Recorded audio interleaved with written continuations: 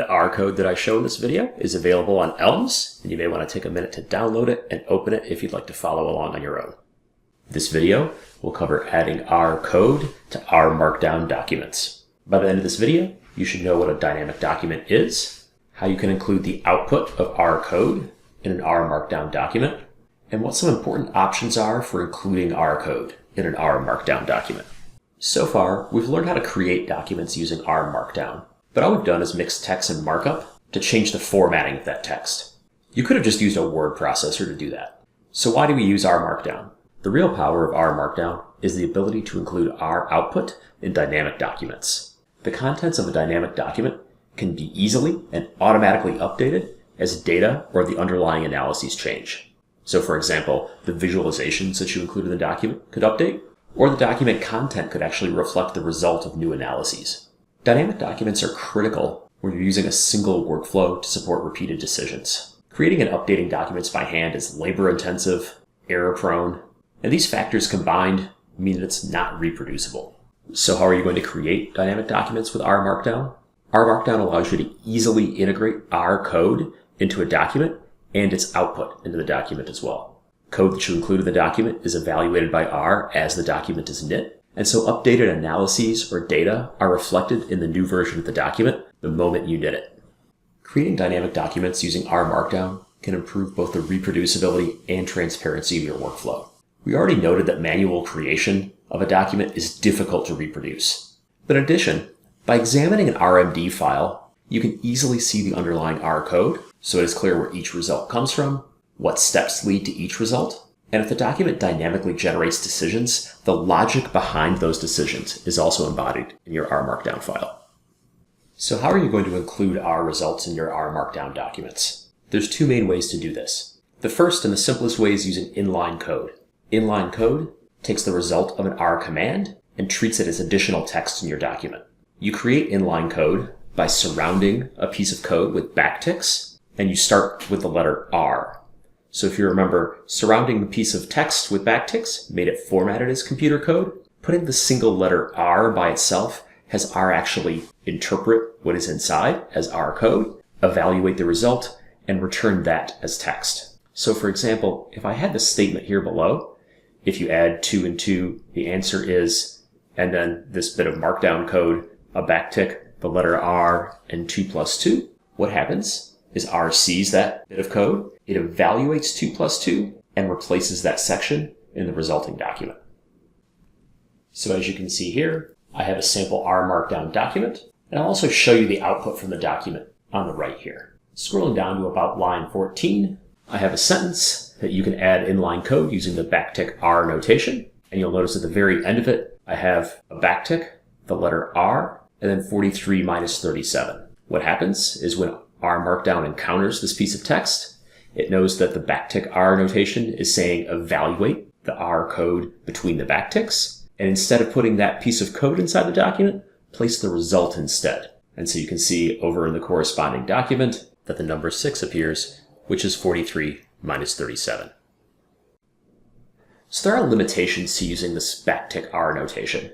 Inline code is useful for showing single results, but it's limited to just one line of R code and one result. Frequently when you use it, you're just going to show the value of a variable. You'll do the work to figure out what its value should be earlier in the file.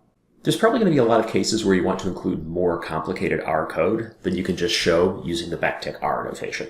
You can include more complicated code using code chunks. A code chunk starts with 3 backticks, followed by an R in squiggle brackets. Then after that, you'll include lines of R code, as many as you like, and you end the code chunk with 3 more backticks, all on their own line. This way it's possible to include many lines of code. What R is going to do is execute all of the statements and show the corresponding R code and results in your document. So in this example here, I have 2 plus 2 inside of the code chunk. When RMarkdown encounters this, it's going to evaluate 2 plus 2. The returning result is 4. And it's going to show both the 2 plus 2 and the 4 formatted to let you know that it's R code and output in the document. Again, let's take a look at this in RStudio. So I have here in my sample file, starting on line 19, a code chunk where I'd like to compute the square root of 357 times 193. In the first step of code, I just multiply 357 times 193, and I save that in the variable big number. I then take the square root of big number. Since I don't assign it to a variable, R would normally return that to the console, but in my RMarkdown document code chunk, instead it's going to print out in the document. And you can see that here on the right-hand side. Notice that it's not just the result that's printed in the document, but the R code that led to that result as well. So as you can see, by default, a code chunk is going to print both the R code and the output, as though you had typed it all into the console. This is really great if you're making an instruction manual, or maybe an ARAC 380 solution guide, but in general, it's not helpful when you're trying to communicate to decision makers. They don't need to see all of the code that underlies your analyses. If they're interested in it, they can always go and look at your source R scripts and your RMarkdown files. In general, you don't want to show your code in your output document. You can hide your code by adding the echo equals false option to your code chunk. I have an example here. So inside the squiggle brackets, after the R, I put a comma, and then I type echo equals false. This tells R not to repeat the code that I've typed in, but to run it anyway and show the results in my document. This can be really handy when you want to do some kind of processing and get a result that you'd like to include in line later. So in this example here, I add 2 plus 2 inside the code chunk and save it to a variable number, an MBR. There's nothing returned from this, so that code chunk won't put anything in the document. But then if you look at the text below, you can see that I use the backtick R notation to show the value of that variable as an inline result inside the text. This would just show up as a number printed out in the RMarkdown document. Sometimes you might want to do the opposite of this.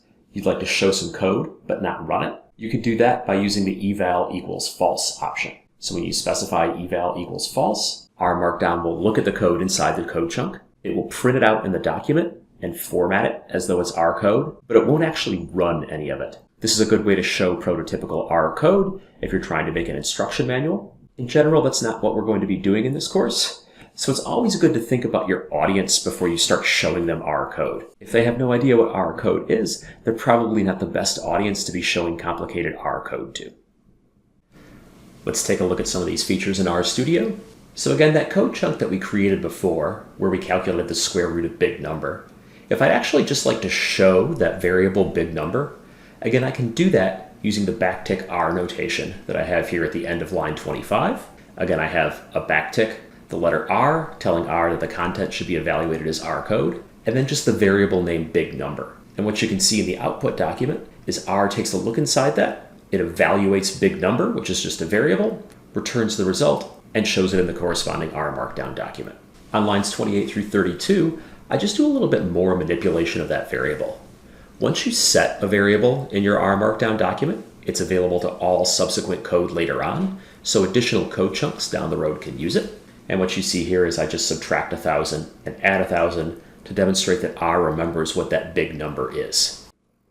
You don't always want your R code to print out in your RMarkdown document, and I would say in general, your audience doesn't need to see your underlying R code. So the echo equals false option is a handy option. You'll notice on line 37, my code chunk starts with that R in the squiggle brackets, but afterwards I put echo equals false. This tells RMarkdown not to print any of the underlying code, just the results in the output document. Sometimes you want to do the opposite, which is where you just show your R code, but you don't evaluate it. If this is the case, you use the eval equals false option. RMarkdown will look at the code inside of your code chunk, will print it out in the document, but actually won't evaluate any of the code and won't print any results.